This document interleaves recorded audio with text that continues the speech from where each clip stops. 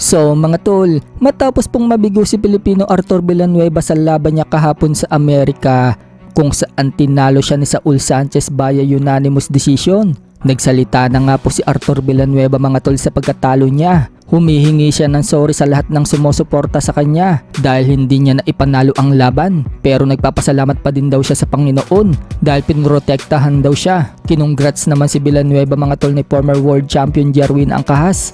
At sinabing sobrang ganda daw ang naging laban. Nagpasalamat naman si Villanueva mga tol at nangihinayang. Marami naman po ang nagsasabi mga tol na dapat daw si Villanueva ang panalo sa laban na yon.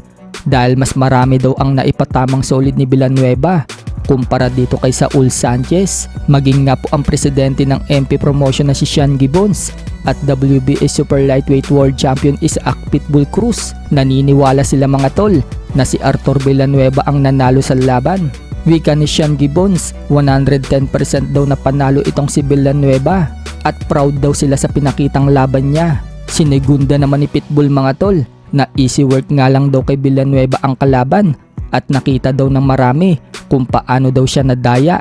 Minura pa nga ni Pitbull mga tol ang mga judges. Sa kabilang banda naman mga tol, maraming nga po ang gustong makita na maglaban ang dalawang pinakamagaling ngayon sa lightweight division na sina WBA Lightweight World Champion Gervonta Tank Davis at WBC Lightweight World Champion Shakur Stevenson. Parehas kasing undefeated ang dalawa at may kanya-kanya mga estilo sa laban. Si Stevenson, sobrang galing pagdating sa depensa at movement, habang si Tank Davis naman mga tol, kalkulado ang mga suntok at may pangwasak na power. Kaya pala isa pan sa marami mga tol kung sino ang mananalo sa dalawa kung magtagpo ito sa lona. At dahil dyan mga tol, nagbigay ng honest verdict ang dating world champion na si Shawn Porter. Wika nga po ni Porter mga tol sa kanyang podcast, mahirap daw talunin ngayon itong si Gervonta Tank Davis. Favorite daw na nakakarami si Tank Davis ngayon. Hindi daw katulad ni Shakur Stevenson na boring daw ang laban.